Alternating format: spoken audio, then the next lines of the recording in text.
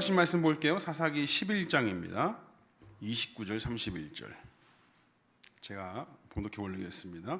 이에 여호와의 영이 입다에게 임하시니 입다가 길르앗과 므낫세를 지나서 길르앗의 미스베에 이르고 길르앗의 미스베에서부터 암몬 자손에게로 나아갈 때에 그가 여호와께 서원하여 이르되 주께서 과연 암몬 자손을 내 손에 넘겨주시면 내가 암몬 자손에게서 평안히 돌아올 때에 누구든지 내 집 문에서 나와서 나를 영접하는 그는 여호와께 돌릴 것이니 내가 그를 번제물로 드리겠나이다 하니라. 아멘. 입다의 서원 부분이 나와 있습니다. 이 본문 말씀 처음을 보면 입다와 암몬 자손의 왕이 서 있는 곳을 서로가 자기네 땅이라고 우기면서 말싸움을 벌이지 않습니까? 11장에 보시면 입다는 애굽에서부터 올라오던 자신들의 정체성과 함께 이 땅에 대해서 불법으로 점령했다기보다 하나님께서 그 손에 붙이셔서 주신 하나님의 땅, 우리의 땅이다라고 했습니다. 그건 인간들이 단순히 땅을 차지하고 뺏고 하는 인간의 전쟁이 아니라 하나님께서 하신 신적 개입이다라고 이제 입다는 얘기하는 것이죠. 암몬 자손의 왕도 우리 땅이다 얘기하고 있고 입다도 우리 땅이다 얘기하고 있습니다. 그런데 입다는 이건 단순히 점령, 무슨 전쟁 이런 걸 통해서 우리 땅을 만들어 놓은 것이 아니라 하나님께서 주신 것이다, 신적 개입이다 이렇게 얘기하는 것이죠. 그러니까 이걸 보면 오늘날 이스라엘과 팔레스타인 이런 전쟁에 대해서도 좀 이해를 할 수 있는 게 팔레스타인을 비롯해서 범아랍 국가들의 주장은 왜 남의 땅에 들어와서 오랫동안 원래 주인이었던 땅을 그렇게 불법으로 점거해서 살고 있느냐 이런 것이었고, 현재 이스라엘도 이것은 나라를 힘으로 빼앗는 단순한 점령 싸움이 아니라 하나님께서 자신들에게 허락하신 약속의 땅에 대한 회복으로 접근을 합니다. 신적 개입이면서 하나님의 일이다라고 말이죠. 그러니까 애초에 접근이 다르니까 이 싸움은 합의 내지는 협의 이런 걸로 끝날 수 있는 싸움이 아닌 거예요. 성경에서 나오는 수많은 지역과 지형들이 등장을 합니다. 사람들도 등장을 하고 그런 곳에서 활동하는 성경의 수많은 인물들, 그런 사람들의 사고방식은 오늘날 우리와는 현저히 좀 다릅니다. 그들이 활동하는 근거는 단순히 인간들의 정서와 질서와 합의와 무슨 결정들을 통하지 않고 하나님께서 하신 명령이냐 아니면 이끄신 것이냐, 하나님께서 붙이신 것이냐, 하나님께서 밀어오신 것이냐, 이런 것들의 싸움인 것이죠. 특히 구약의 성도들한테 있어서는 하나님께서 직접 개입을 하시는 경우가 있는데 29절입니다. 29절 초반절 이렇게 되어 있습니다. 이에 여호와의 영이 입다에게 임하시니 라고 합니다. 여호와의 영이 입다에게 임했답니다. 이렇게 직접 개입을 하심을 드러내시면서 일을 하시는 거죠. 그리고 이제 정체성을 상기해서 하나님의 일을 하게 된다고 여기는 그들은 하나님께서 개입하셔서 이끄시는 대로 어떻게 하면 되느냐? 순종하기만 하면 됩니다.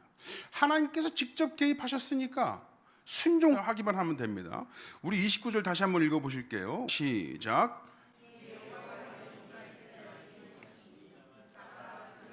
므낫세를 지나서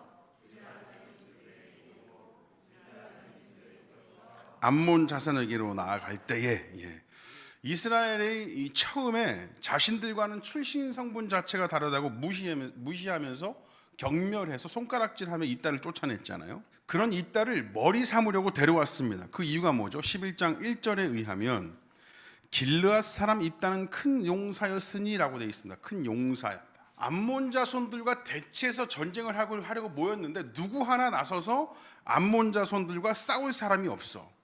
그때 생각난 사람이 입다였다라는 것이죠. 그 사람은 자신들이 쫓아내긴 쫓아냈지만 그 사람은 큰 용사였습니다. 싸움도 잘하고 어디 가서 밀릴 그런 사람이 아니에요. 그 사람이라고 한다면 우리를 대신해서 먼저 나가서 암몬 자손과 싸워 자신들의 머리가 될 것이라고 확신했습니다.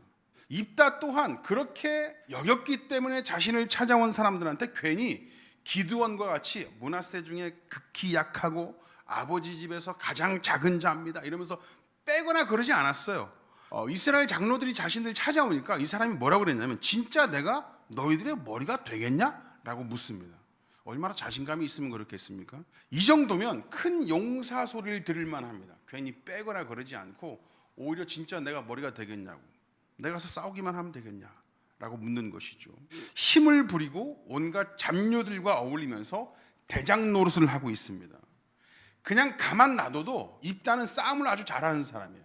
큰 용사입니다. 큰 용사. 그냥 쭉 몰려가가지고 자신들이 거느리고 있던 사람들을 그냥 다 쭉 몰려가서 짓밟고 이들의 머리가 될 수 있단 말입니다. 특별히 다른 게 필요가 없어요. 그런 그한테 여호와의 영이 임했다고 얘기합니다. 가만 놔둬도 싸움 잘하고 가만 놔둬도 잘할 사람이고 가만 놔둬도 이스라엘의 머리가 될 사람인데, 특별히 이 사람이 암몬 자손의 그 사람들과 함께 싸우기 전에 여호와의 영이 임했다는 것을 기록해 놓은 이유가 있어요. 이와 비슷한 경우가 출애굽기 31장에도 등장을 합니다. 출애굽기 31장 2절 제가 읽겠습니다. 내가 유다 지파 훌의 손자여 우리의 아들인 부살레를 지명하여 부르고 하나님의 영을 그에게 충만하게 하여 지혜와 총명과 지식과 여러 가지 재주로 정교한 일을 연구하여 금과 은과 노스로 만들게 하며 보석을 깎아 물리며 여러 가지 기술로 나무를 새겨 만들게 하리라 라고 합니다.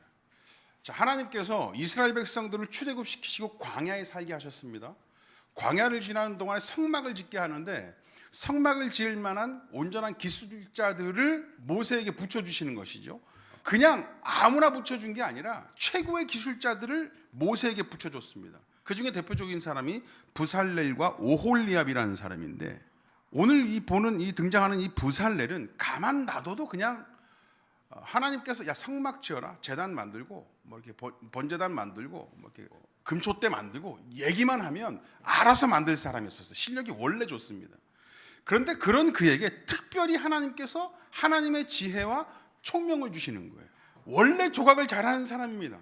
뭐 좀 만들어 달라고 이야기만 하면 알아서 두들겨서 만들어요. 원래 제가 예전에도 한번 설명드린 적이 있는데, 금초대 이런 것도 만들 때도 뭐 이렇게 요즘에는 이렇게 만들어서 붙이고 이런 기술이 좋지만 그때는 그런 게 없습니다. 그러니까 금땡이 하나 주면 망치 하나로 때려서 그냥 금초대를 만들어내고 망치 하나로 때려서 이런 저런 그냥 모양을 만들어내는 실력자들이거든요. 그런 사람들한테 무슨 특별함이 있었겠어요. 그냥 만들어라 그럼 만들어내는 것이죠. 그런데 특별히 그 일을 시키시기 전에 지혜와 총명을 주심으로 그 일을 하게 하십니다. 그 이유가 뭐냐면, 그 전에는 자신들이 가지고 있던 그 실력과 능력, 이런 것들은, 그런 특별함들은 자신을 위해서 썼었습니다. 자신을 위해서. 뭐 이기적이라고 말씀드리는 게 아니라 먹고 살려면 실력을 갈고 닦아야 되고 마음껏 뽐내야 됩니다. 그렇게 살았습니다. 부족함이 없어요. 그런데 거기에 하나님께서 주시는 특별한 지혜와 총명이 더해진 이유는 이제부터 그 일은 하나님께서 하나님의 일에 동참시키고자 하기 위함이라는 거예요. 그 전에 내 기술은 그냥 나를 위하고 내가 하고 싶은 일이었지만 하나님께서 직접 개입하심으로 해서 이제 그 일은 너 개인의 일이 아니라 하나님의 일이 되게 하셨다라는 겁니다. 성막을 만들 때 들어가는 기물들을 만들 때 이 부살렐이 가진 실력에 하나님의 지혜와 총명이 더해집니다. 그렇게 그가 만든 제단에서 이스라엘 백성들이 하나님의 거룩하심을 경험하고 임재를 경험하게 되는 것이죠. 그의 실력으로 하나님의 임재를 불러 일으킨 게 아니라 하나님께서 그렇게 하시기 위해서 부살렐이라는 자에게 지혜와 총명을 허락하셔서 제단을 만들게 하셨다라는 겁니다. 입다도 마찬가지입니다. 여러분, 입다는 가만 놔둬도 싸움 잘해요. 가서 싸워달라고 그러니까 자기들이 부리던 잡류들과 가기만 해도 당장에 이기고 돌아올 사람들입니다. 당장에 이기고 돌아와서 그들의 머리가 될 사람이에요. 그런데 그런 사람에게 성령이 임했습니다. 왜 그럴까요? 여러분, 이스라엘은 구약의 성도고 구약의 교회를 의미합니다. 교회의 머리가 그리스도이듯이 가만두어도 잘 싸울 큰 용사인 입다에게 성령이 임하셨다라고 한다는 건 그의 실력이나 그의 됨됨이로 그들의 머리가 되는 것이 아니라 하나님께서 세우시는 것이고 하나님께서 보내는 자가 되어서 교회의 머리가 된다는 것을 보이기 위함이라는 겁니다. 입다에게 성령이 임한 건 바로 그거예요. 가만 놔둬도 싸움을 잘할 자에게 성령이 특히 잘 임해서 그 싸움은 이제 너의 싸움이 아니라 교회의 싸움이고 하나님의 싸움이 되게 하겠다. 하나님께서 이 전쟁에 직접 개입하심으로 이젠 하나님의 일이고 하나님께서 승리하신다는 겁니다. 하나님의 전쟁이고 하나님께서 승리하신다는 것은 그분의 이름이 드러나고 그분의 영광이 드러난다는 이야기입니다. 여러분, 하나님께 영광을 올려드리면서 하나님의 일이라 하고 교회에서 수도 없이 많은 일들을 합니다. 예배를 드립니다. 그 가운데서 하나님의 이름이 기억나지 않고 다른 게 기억나면 안 된다라는 거예요. 우리가 하나님의 이름을 힘입고 그분의 이름으로 나서고 그분께 기도하고 은혜를 갈구하고 그런 인생이라고 한다면 우리 인생에서 가장 크게 이름이 빛나고 드러나야 될 분이 누구냐면 하나님이시라는 거예요. 하나님께 기도는 열심히 하는데 우리의 인생에 하나님을 빼놓는 게 말이 되지 않습니다. 안주나 서나 하나님께 영광이 되어야 한다는 겁니다. 우리가 가장 잘하는 게 여러분 하나님께 기도하는 거잖아요. 습관적으로 크게든 작게든 길게든 짧게든 우리의 되는 일을 위해서 기도합니다. 열심히 준비하고 갈고 닦아서 결정적인 순간이 왔을 때 두 손 모아 짧게라도 기도를 합니다. 하나님 힘을 주시고 지혜 주시고 잘 치르게 하옵소서. 예수님의 이름으로 선포하고 기도합니다. 그 짧은 시간이라도 하나님의 이름을 힘입기를 간절히 원하고 준비한 모든 실력과 능력이 잘 발휘되기를 그렇게 기도합니다. 이 기도가 잘 되었다 못 되었다 하는 것을 논하는 게 아니라 기도란 있지도 않은 그런 능력을 발휘하고 갑자기 없던 것에서 있게 하는 것이 아니라 자신이 갈고 닦은 자신의 실력과 능력과 하나님의 지혜와 총명이 그 자리에 내려서 하나님의 일이 되게 해달라는 것이 기도가 된다는 겁니다. 그 기도로부터 내 실력과 내 능력이 비로소 하나님의 증거하는 그 거룩한 일에 쓰임받도록 확증이 되었다는 겁니다. 여러분 기도를 잘 알아야 됩니다. 하나님의 임재와 능력을 바라는 기도를 하는데 그게 무슨 없던 능력이 생기고 재수가 생겨서 잘 되기를 바라는 게 기도가 아닙니다. 믿지 않는 사람들도 자신의 인생에서 열심히 노력하고 열심히 임합니다. 똑같아요 우리랑. 그런데 우리도 마찬가지로 우리의 일을 위해서 열심히 노력하고 갈고 닦지만 그게 성도를 향한 하나님의 영원하신 계획 속에 있는 일이라고 한다면 하나님께 그 일이 계획 속에 그 계획 속에서 잘 쓰임받고 하나님의 이름을 드러나게 해달라는 그런 기도가 되어야 된다는 것이죠. 그게 바로 입다에게 성령이 임함으로 그냥 싸움만 잘하는 게 아니라 그걸 통해서 하나님께서 일하심을 드러내게 되는 일이고 그것을 나타내는 일입니다. 그래야 합니다. 그게 성도고 하나님의 백성입니다. 그런데 입다가 그렇게 하나님께서 임하셔서 하나님의 일이 되게 하시고 하나님께 영광된 순간이 되게 하시는 그 순간 그만 아쉬운 결정을 내려버리죠. 30절입니다. 사사기 11장 30절. 다 같이 읽겠습니다. 시작.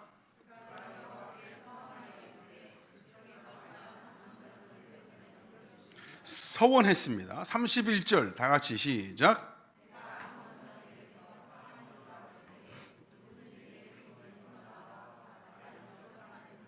여호와께 돌릴 것이니 내가 그를 번제물로 드리겠나이다 하니라.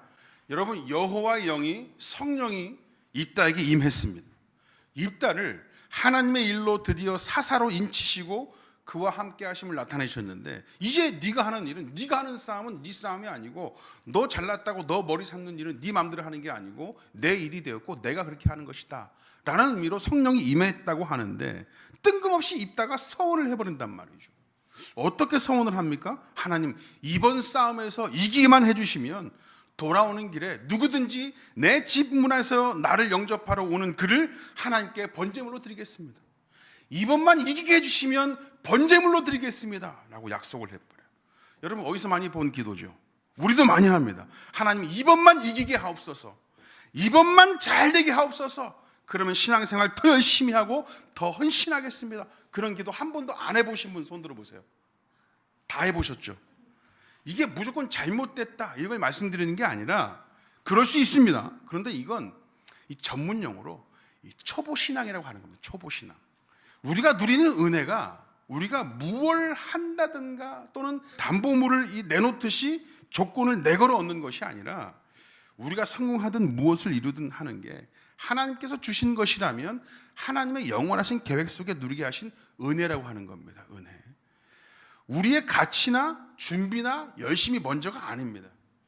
그 은혜를 누리게 하신 하나님의 계획과 열심이 먼저입니다. 그런데 이렇게 하신 하나님 앞에 염치가 없어서인지 아니면 불안해서인지 모르겠는데 자신이 할 수 있는 것을 하나님 앞에 내보인다는 말이에요. 그 은혜를 더 확고히 받고 보장받기 위해서 늦춰지거나 취소될까 두려워서 하나님 내가 더 열심히 할 테니까 이번에 꼭 꼭 은혜 주십시오. 이번에 꼭 일 되게 해 주십시오. 이렇게 기도를 한다고요. 제가 어렸을 때입니다. 저희 아버지가 저 많이 때렸다 그랬잖아요. 우리 온 세상이 다 압니다. 온 세상이 다 알 정도로 저희 아버지는 저를 많이 때리셨어요. 근데 그때 어린 시절엔 다 그랬더라고요. 이렇게 얘기를 해보면 안 맞은 사람이 없습니다. 몸도 커지고 가치관도 자라면서 부모님과 대화도 되고 우리의 생각이나 뜻을 두고 함께 대화하는 법과 설명드리는 방법을 서로 알고 좁혀지기 전까지는 무조건 왜 그런지도 모르고 맞았습니다. 정말 서러울 때는 발로 채일 때예요. 발로 차일 때. 그냥 이렇게 저렇게 맞다가 발로 채이면 내가 아빠한테 맞고 있는 건지 지나가는 깡패한테 맞고 있는지 모를 정도로 맞는 거예요. 너무 서럽죠. 그냥 맞는 게 무섭습니다. 그러면 속으로 기도합니다. 하나님, 우리 아빠가, 하나님, 우리 엄마가 여기서 멈추게 해주세요. 하나님, 이번 한 번만 도와주시면, 하나님, 이번 한 번만 그냥 넘어가게 해주시면 엄마 아빠 교회 청소할 때 더 열심히 도와드리겠습니다. 그런데 그 순간 진짜 맞는 게 끝납니다. 그럼 하나님께서 도와주신 줄 알고 열심히 청소를 도와드리죠. 그러다가 어느 순간 또 맞는 순간이 오면 내가 청소를 도와준다고 해놓고 열심히 못 도와드렸나 봅니다. 하나님, 이번만도 꼭 지켜주시면, 안 맞게 지켜주시면 제가 더 열심히 말도 잘 듣고 교회도 더 열심히 생활 잘하겠습니다. 이런 기도를 하는 거죠. 여러분, 이런 거래, 그러니까 뭘 해주시면 저도 뭘 해드리겠다, 이런 거래는 초보 중에도 초보 신앙입니다. 하나님의 일을 하나님의 일로 받지 못하는 겁니다. 입다는 사사예요, 사사. 하나님께서 사사로 인치셔서 그를 사용하겠다 하셨습니다. 하나님의 일을 나타내는 자입니다. 그러나 자신의 서원으로 하나님의 일을 가려버리는 것이죠. 하나님께서 마치 우리를 통해서 얻고자 하시는 게 있으셔서 하나님의 일을 하신 분인 것처럼 그렇게 우리의 기도를 이용해서 하나님의 사역을 막아버리고 하나님의 사역을 수준 낮춰버리는 거예요. 그 안에 악한 것이 있는 자라고 한다면 서원을 통해서 하나님의 일을 자신의 일로 만들어버릴 수도 있습니다. 하나님께서 하시는 일인데 사람들 앞에서 괜히 서원 한번 해놓고 그 일을 하나님께서 허락하셔서 그 일을 행하시고 나면 거봐, 내가 서원해서 한 거잖아, 이렇게 된 것이잖아, 이러면서 하나님께 올려야 될 그 영광을 자신이 가로채버리는 것이죠. 이런 악한 자들도 있다라는 거, 이 초보신앙 중에는. 여러분, 입다의 서원은 하나님 앞에 인간이 가지고 있는 이런 얄팍한 심리를 보여주는 장치입니다. 그리고 당시 사사시대의 영적인 상태를 고스란히 고발하고 있습니다. 경건의 모양은 있지만 본질은 다 상실돼 버렸습니다. 사사까지도. 이스라엘 백성들을 하나님 말씀으로 다스리고 하나님 말씀으로 바라봐야 될 사사들까지도 이런 거 보면 그 사람들의 영적 상태가 어떤지 알 수 있잖아요. 여러분들 간절히 나와서 함께 예배를 드리는데 말씀을 전하는 제가 악한 마음으로 말씀을 이용해서 제 개인의 영달이나 개인의 목표를 채우려고 서 있다고 생각해 보세요. 지금 사사시대가 그렇게 가 있다고요. 누구 하나 하나님 앞에 온전히 서 있지 못하고 사사들까지 망가져 있어요. 자신의 일을 자랑하고 나타내려고 하는 자는 하나님께서 하시는 일을 감사히 누릴 줄 모릅니다. 기드온도 말년에 그렇게 됐죠. 입다도 사사이면서 하나님께서 성령이 임하셔서 그 일을 행하시겠다 했지만 그 앞에 서원을 해버리죠. 나중에 살펴볼 말씀이지만 삼손은 얼마나 자기 욕구대로 살았습니까? 하나님의 말씀이 임하고 하나님의 이름이 계속해서 대두돼서 나옴에도 불구하고 모든 자의 영적 상태가 그렇게 망가져 버려져 있다고요. 여러분, 하나님 앞에 감사할 줄 알아야 됩니다. 우연이든 기적이든 계획이든 성도라고 하는 자리에 있는 자는 하나님의 영원하신 계획 앞에 아멘 해서 엎드릴 줄 알아야 됩니다. 우리의 삶에 나타나는 모든 일들은 하나님의 영원하신 계획 안에 있고 우리의 기도는 온갖 기적과 역전을 바라는 것이 아니라 우리의 일을 통해서 하나님의 계획임을 확인하고 확신하고 발견해가며 그 일을 행하신 하나님께 영광의 찬양을 올리는 고백이 되도록 하는 게 기도입니다. 이스라엘이 머리 삼은 입다의 실수가 우리의 실수가 되지 않기를 바랍니다. 하나님께서 특별히 개입하셔서 여호와의 영이 임했다, 성령이 임했다, 없던 자에게 또다시 임했다, 이렇게 임하지는 않고요. 우리는 예수 그리스도의 죽으심과 부활하심으로 인해 구원받은 자들입니다. 언제나 성령께서 내주하셔서 하나님께서 우리를 이끄시며 동행하시는 분 되십니다. 그러니까 성도라 이름하는 자들의 모든 일은 우리 개인 그냥 인간 김진혁의 일이 아니라 이미 하나님의 일로 인도되어지고 이끄심 받고 있다는 사실입니다. 우리의 되어지는 모든 일들은 하나님께서 하시는 일이고 하나님께서 이끄시는 이름을 다시 한번 재확인하고 또 재확인하고 그렇게 한 발자국 한 발자국 가는 여정인 것이죠. 그 안에서 하나님께 영광이 될 수 있는 그러한 일들을 위해서 기도하시길 원합니다. 온전히 하나님의 일을 누릴 수 있는 자들이 되었으면 좋겠어요. 하나님의 일을 기대하고 하나님의 일을 바라보는 그런 자들이 다 되었으면 좋겠습니다. 기도하겠습니다.